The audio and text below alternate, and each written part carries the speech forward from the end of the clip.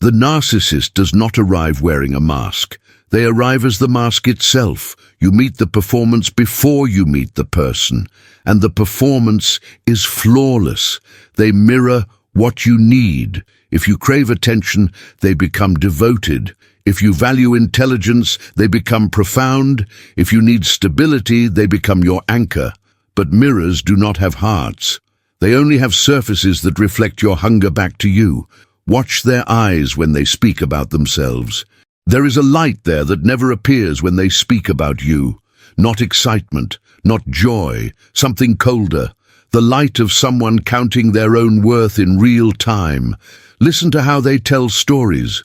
Every narrative bends toward their brilliance or their suffering. Even when they speak of others, the spotlight shifts. The hero becomes them. The victim becomes them. The lesson always circles back to their exceptional nature. They do not celebrate your victories. They study them. They measure them against their own. Your promotion becomes their reminder of stagnation. Your happiness becomes a mirror showing their lack. And so they adjust you, subtly at first. A comment about your weight wrapped in concern. A joke about your intelligence delivered with a smile. A comparison to someone better folded into casual conversation. They are not trying to hurt you. They are trying to restore balance. In their world, you cannot rise without them rising higher. Notice what happens when you share pain. Real pain. The kind that makes your voice shake. They listen with their face. Their eyes perform empathy. Their mouth shapes concern. But their body is elsewhere, already planning their response, already preparing to shift focus. Within minutes, your pain becomes a doorway to theirs. Your grief becomes a reminder of their greater loss. Your fear becomes a shadow of their deeper trauma, not because they are competing, because in their architecture of self, nothing exists outside their experience. Your emotions are only real when they can be converted into their narrative. They do not ask questions that seek answers. They ask questions that create openings for their monologues. How are you becomes a 3-second pause before they tell you how they are. What happened becomes a brief tolerance of your story before they share theirs. The conversation is not an exchange, it is a stage. And you are the audience they need to feel seen. Watch how they handle being wrong, not in grand moments, in small ones. A forgotten detail, a misremembered fact, a promise they did not keep. Their face does not show shame, it shows strategy. The mistake becomes your misunderstanding. The forgotten promise becomes something you imagined. The lie becomes your faulty memory. They do not apologize, they rewrite. And you begin to doubt yourself, not because you are weak, because they are consistent. Every time you challenge their version, they remain unmoved, calm, certain. While you scramble through your memory searching for proof, this is not confusion. This is intentional. They need you to question yourself, because people who trust their own perception are harder to control. People who doubt their reality ask fewer questions. Notice their relationship with admiration. They do not simply enjoy compliments. They require them, like oxygen, like food. The absence of praise feels like rejection. The presence of criticism feels like war. You learn to edit yourself around them, not because they ask you to, because the consequences of honesty are too heavy.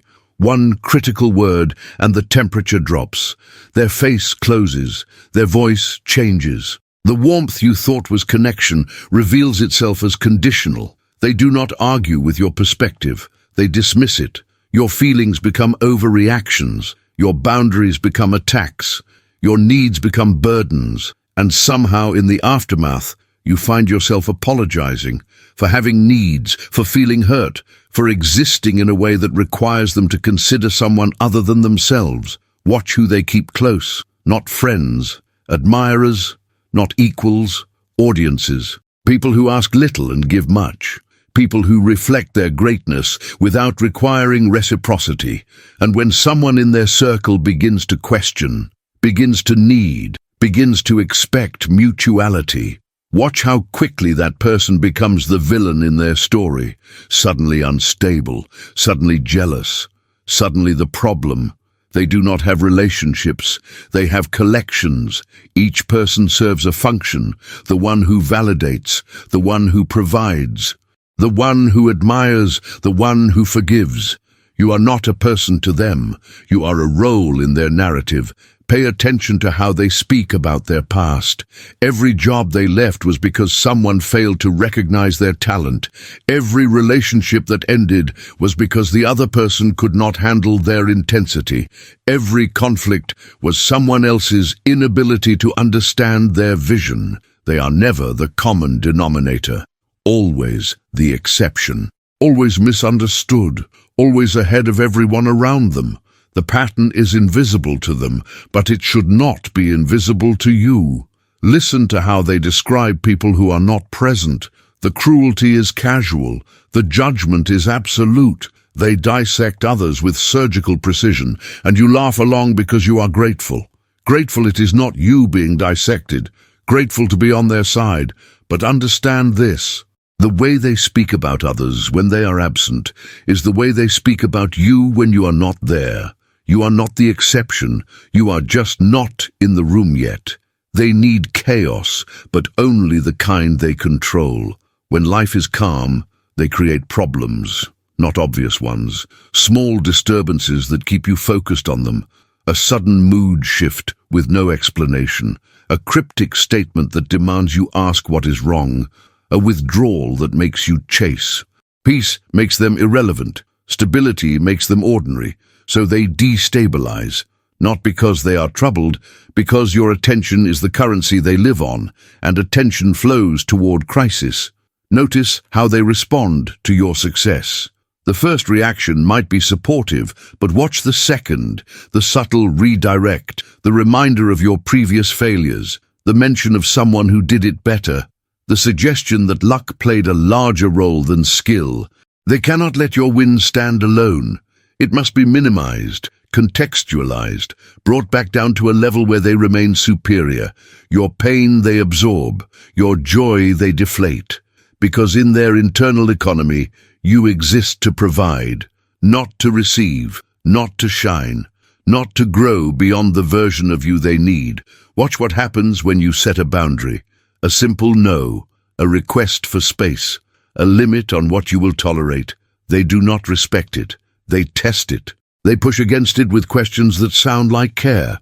Are you okay? Did I do something wrong? Why are you being distant?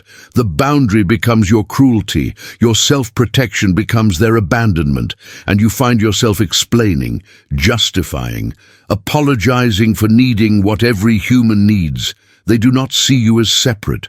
You are an extension, a reflection, a tool, and tools do not have boundaries. They have functions. Listen to the pronouns they use. We when it benefits them, you when it does not. We should do this together becomes you need to handle that when the task becomes difficult. Our success becomes my achievement in the retelling. They borrow your identity when it serves them. They discard it when it does not. Pay attention to how they treat people who serve them. Waiters, cashiers, customer service representatives, anyone without power. The mask does not stay on for those who cannot provide what they need. The contempt is visible. The impatience is raw. The entitlement is undisguised. This is not a bad day. This is the truth. How someone treats those who cannot fight back shows you who they are when performance is unnecessary. You cannot fix them. This is not damage. This is design. Their brain is wired to see the world through a lens where they are the center and everyone else is context. You cannot love them into change. You cannot be patient enough. You cannot be understanding enough. You cannot be small enough to make them feel big enough. The emptiness inside them is not your responsibility. The validation they seek is not yours to provide. The hole they are trying to fill has no bottom. Walk away while you still remember who you were before them. Walk away before their version of you becomes the only version you know. The narcissist does not lose sleep over the people they have broken. They lose sleep over the people who walked away with their self-worth intact. You are not here to be understood by someone who sees people as mirrors. You are here to remember that your reality does not need their validation to be true. Leave a comment and subscribe to the channel. It motivates me to create 2 videos every day. I am counting on your support. See you in the next video.